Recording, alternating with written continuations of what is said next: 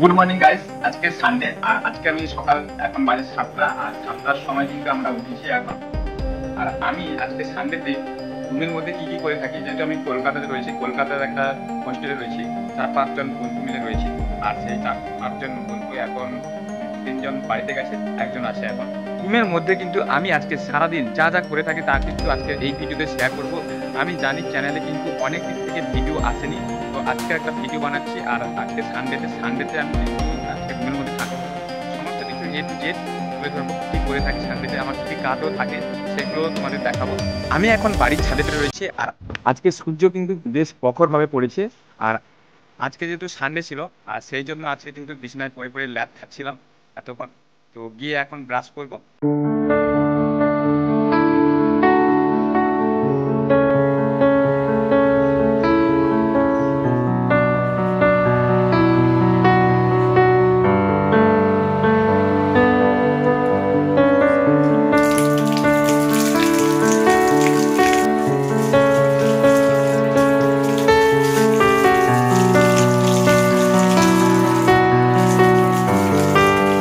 Brush তো করা হয়ে গেল এবং সকালে উঠে কিন্তু আমি ডেলি আধা ঘন্টা এক্সারসাইজ করি, 10 থেকে 20 মিনিট আমি করি, এর বেশি করি না। তারপরে রাত্রে আমি কিন্তু ছোলার বাদাম ভিজিয়ে রাখি আর এইগুলো কিন্তু আমি সকালে উঠে আমি খাই। তারপরে আমার ডিউটি টাইম থাকে, ডিউটি আজকে তো রবিবার, আমি আজকে ডিউটিতে যাচ্ছি না, তো প্রত্যেক দিনই আমাকে ডিউটি যেতে হয়। তো আরও সকাল সকাল উঠি, আজকে একটু লেট করে উঠেছি কারণ আজকে ডিউটি ছিল না।